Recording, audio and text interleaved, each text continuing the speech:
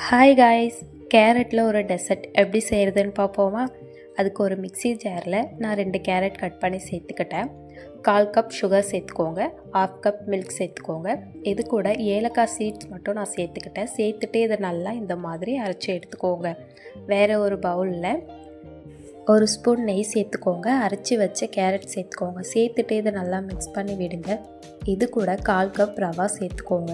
சேர்த்துட்டு இதையும் மிக்ஸ் பண்ணி விட்டுட்டு இது கூட 3/4 கப் மில்க் சேர்த்துக்கோங்க. சேர்த்துட்டு இந்த பதத்துக்கு வந்ததுக்கப்புறமா ஆற வச்சுட்டு இதிலிருந்து கொஞ்சம் கொஞ்சமாக எடுத்து நல்லா உருண்டை பிடிச்சி வச்சுக்கோங்க.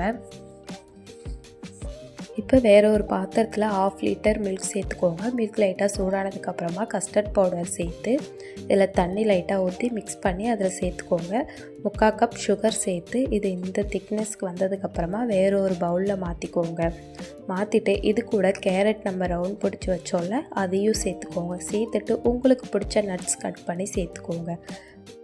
அவ்வளவுதான், டேஸ்டியான கேரட் டெசர்ட் ரெடி. சாப்பிட்டுட்டு எப்படி இருந்துச்சுன்னு லைக் அண்ட் கமெண்ட் பண்ணிவிட்டு சப்ஸ்கிரைப் பண்ணிவிடுங்க.